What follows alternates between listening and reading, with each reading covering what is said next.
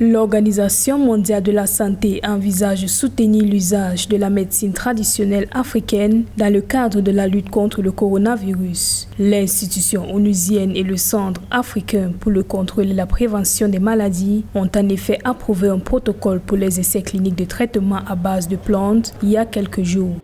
Tout comme dans d'autres domaines de la médecine, une science solide est la seule base pour des thérapies de médecine traditionnelle sûres et efficaces. Si un produit de médecine traditionnelle s'avère sûr, efficace et de qualité assurée, l'OMS recommandera une fabrication locale à grande échelle et rapide.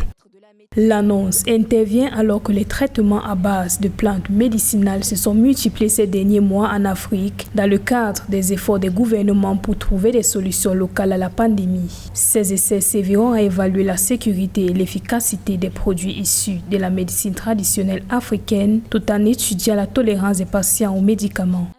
Un soutien de l'OMS à la médecine traditionnelle africaine est une excellente nouvelle.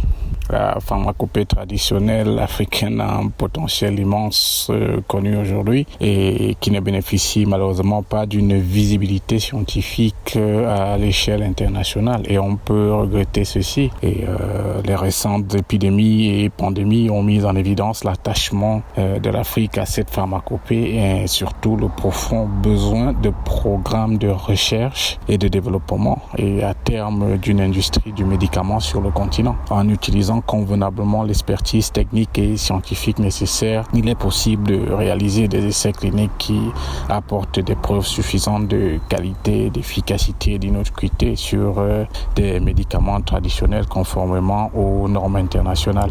Il faudrait bien sûr faire évaluer et faire évoluer l'environnement réglementaire pour le rendre plus robuste et adapté avec des délais raisonnables d'approbation et une capacité d'intervention sur les différents essais. Et avec la flambée des multiples solutions à base de plantes destinées au traitement de la COVID-19 qu'on a vu émerger ces derniers mois, on a espoir qu'une recherche en bonne et due forme sur ces produits lèvera les différentes polémiques dans un sens ou dans l'autre.